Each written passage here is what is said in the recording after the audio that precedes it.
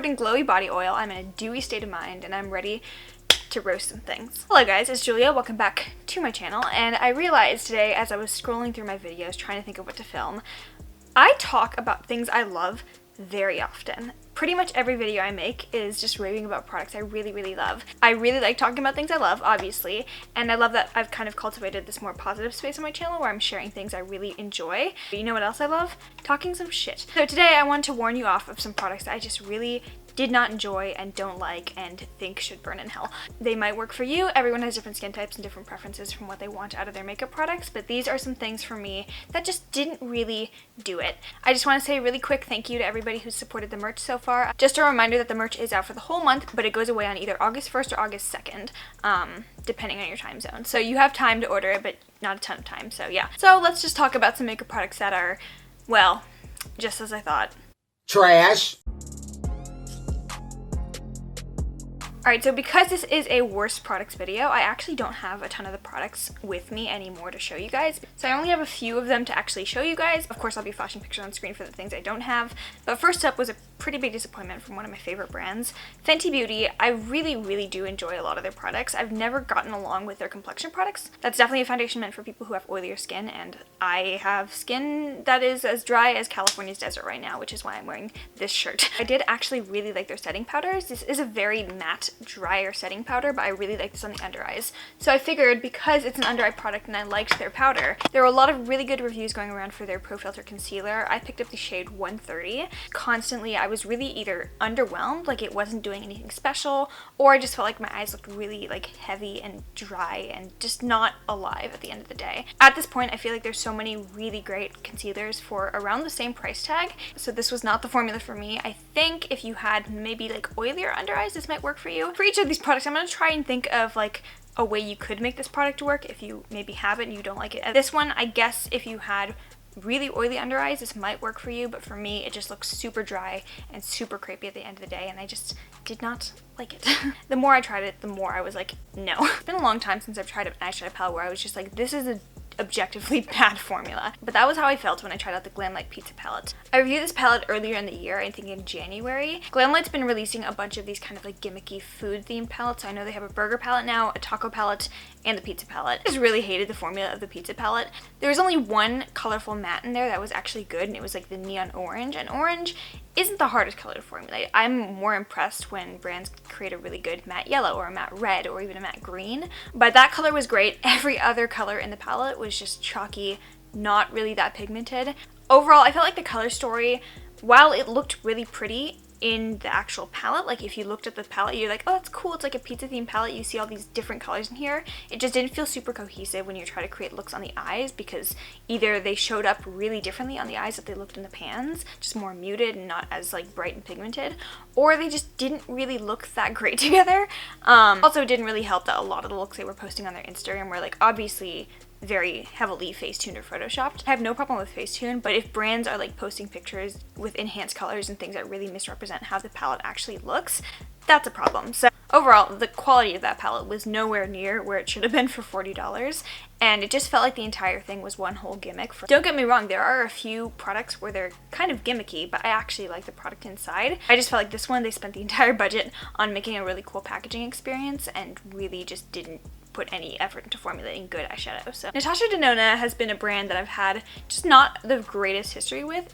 I do think that their eyeshadows are good, like the full-size eyeshadows, not the mini palettes, but the regular eyeshadows, it's a good formula, but it does definitely dry out really quickly. It has a very low shelf life compared to other high-end eyeshadows I've tried out, and just in general, I don't think it's worth the extreme price jump that it is from any normal eyeshadow. I haven't had luck with any of her minis. The Blush and Glow was like decent, but it wasn't really good quality. The mini Lila was by far the worst though was the one that they released earlier this year. It was called the Mini Diamond and Glow, and it looked so pretty. Millennial pink packaging, really shiny, glittery promo pictures, and that's the way to suck me in. So this one released, it was $19. I bought it at Sephora. I tried it out and I was like, wow, this is bad. Just chunky, dry, flaky. It just did not look good. The highlighter was just bad. I can get down with a good glittery highlighter, but this one just looks so cheap, which should not be a word in the same sentence as Natasha Denona, but it just did not look good on the face. I returned this one. I really hate returning products, and now that I know what Sephora and Ulta have to do with products that I returned, I'm very against it now and I don't do it anymore. Yeah, now they're coming out with so many minis. I believe they just released a mini Tropic palette, which looks beautiful in terms of the color scheme,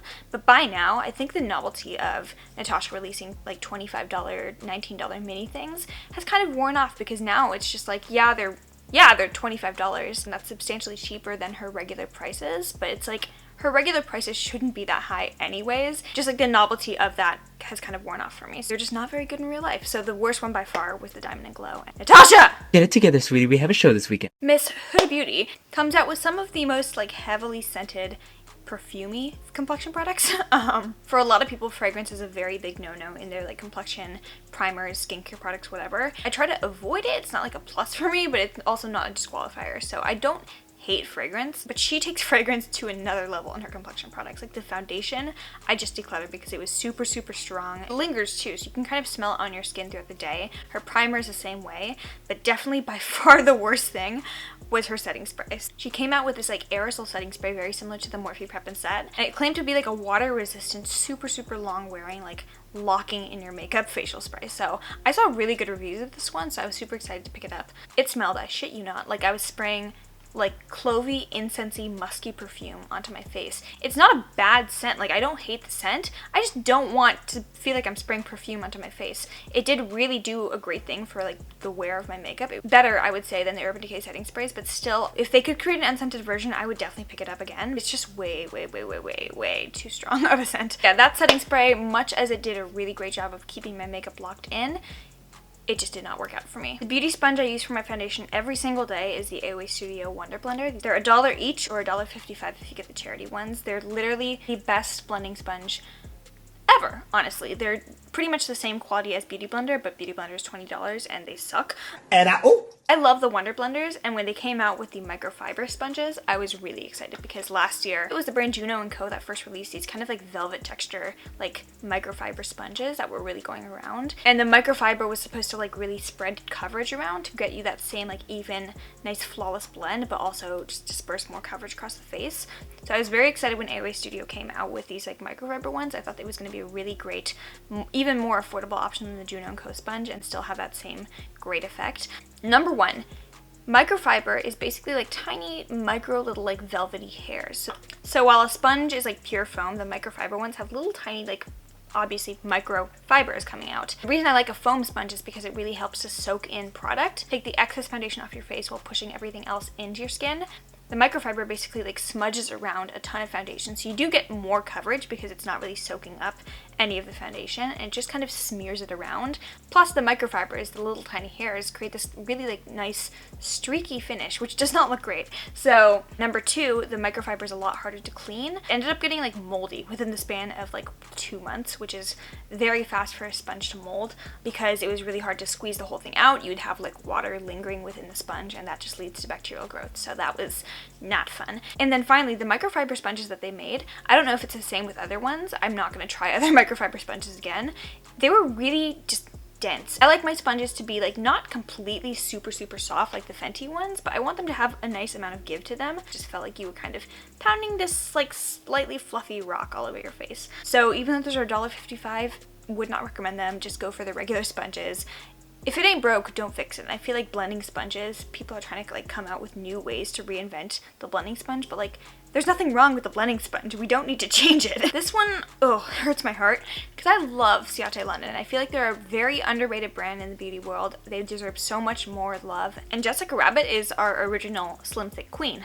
So when Ciate came out with the Jessica Rabbit collection, I was like, oh my god, super cool. There's an eyeshadow palette, which I thought the quality was the same as Ciate's regular palettes, which is bomb. I did not like the color scheme though, so I gave that one to my mom. There was a lipstick, which I think is absolutely freaking beautiful and stunning. Then there was the highlighter, and I've heard a lot of really good things about Ciate's regular highlighters, so I was very excited for this one. The color just seemed like it would be the perfect thing for me because I love basic ass champagne highlighter shades. The only way I can think of to describe this formula is just chalky. I know when I look at a highlighter like this that it's not going to be like super insanely like crazy blinding, and instead it just kind of looked like you had like pearly, very like light colored powder sitting on top of your cheekbone. It didn't really melt into your skin. It didn't really blend in and look like a nice beaming part of your face. So I was just really disappointed with the formula. It just felt very dry. It looked like something sitting on top of your skin, and it just was not good. This was another one that was pretty sad for me because you know I love dewy skin so much. So much that I made merch that says dewy on it. So when one of my favorite brands, Ofra, came out with dewy primers, I was super excited. To their credit, I've heard that the darker shade is a little bit better than this one. It like does more to actually luminize the skin. But I have the Ofra primer in the shade Northern Lights. This was supposed to be a nice luminescent primer to really bring out this nice glow to your skin while also creating a nice smooth base for your makeup. She's nothing of the sort. First of all, I didn't notice any like prolonged wear of my makeup.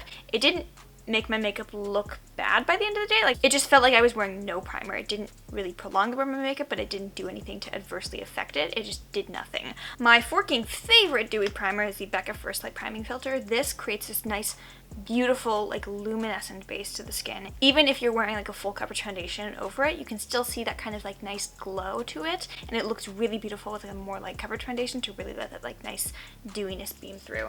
This, I could wear it with full coverage, I could wear it with a light coverage, I could wear this with a tinted moisturizer, and you still would not see any semblance of glowiness. Which is super weird to me because Ofra is a brand that's known for their glow. They're known for their highlighters, they're known for this really nice luminescent skin that they can create with their products. It is beautiful packaging though, I will give them that, but the formula needed some definite work. And I guess while we're on the subject of glowy primers, Milk Makeup. I really love their original blur stick. So when they came out with a luminous blur stick, I was like, let's go. This was a product I purchased impulsively and didn't really read or watch any reviews first, which I'm dumb. Milk does a ton of like influencer PR. They probably had a ton of reviews before it was even released. It's kind of like rubbing a very subtle cream highlighter stick all over my face, whereas the original blur stick, I felt like it really had this like nice softly silicone-y texture. It really helped like smooth everything over and blur. This one, if I had a dry patch, it would kind of like pill up and pick up there, and there would be just kind of like shininess where the dry patch was, rather than like a nice blurred effect. So I did not like the luminous blur stick at all. That was a quick like declutter. I've heard really good things about the Pure 4-in-1 liquid foundation that they just came out with, you know, the one with 100 shades. I have that one in the mail, so I'm super excited to try that one out because Robbie Christie loves it, and I normally really love the things she loves for her skin because she's also a dewy hoe. But oh my god, the 4-in-1 foundation stick that they came out with, which has a very similar name to the one that's got so much hype right now, which I can only imagine like might be misleading to some people.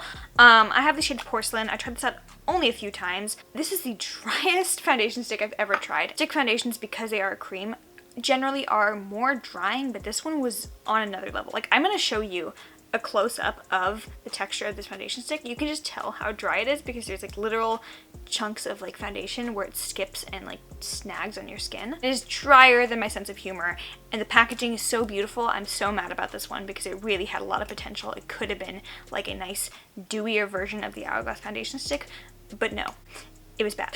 I don't even like the Stila regular glitter and glows. They're really pretty for the first couple months that you have them, and they just dry out and they're unusable. So this is the one I've had for no more than a year and a half, and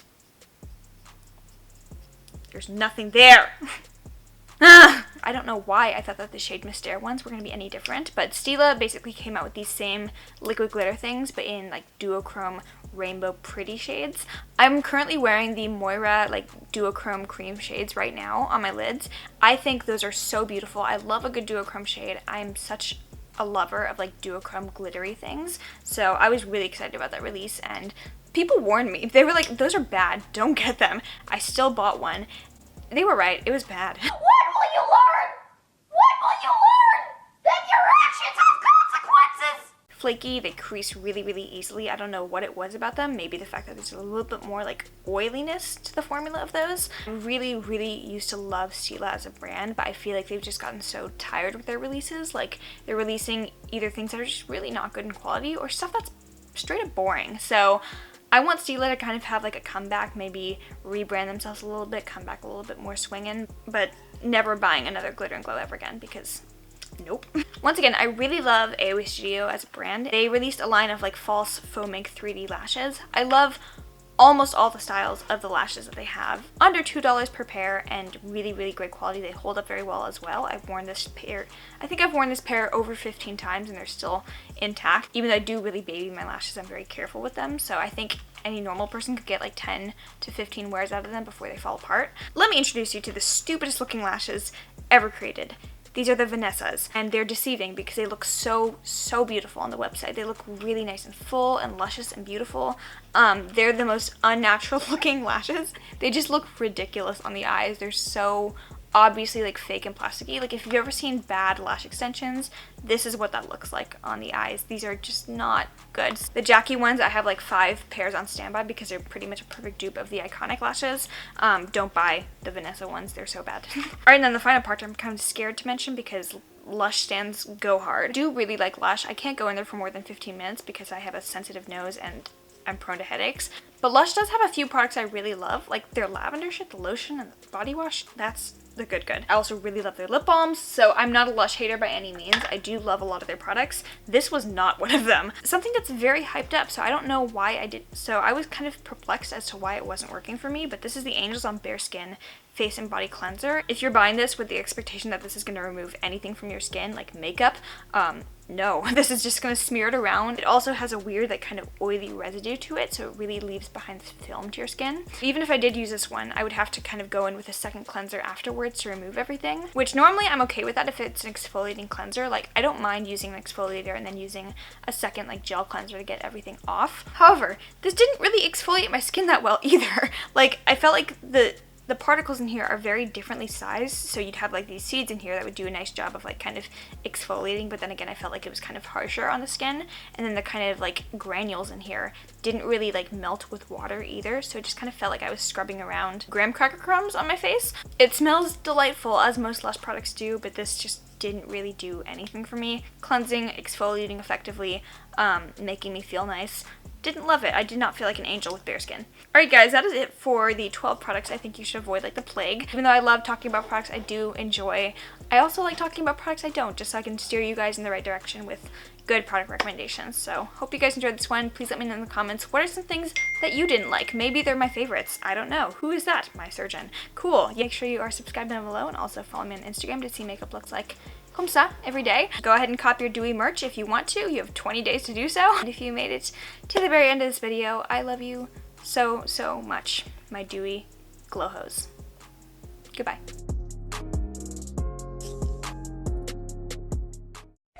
You should be suspended immediately.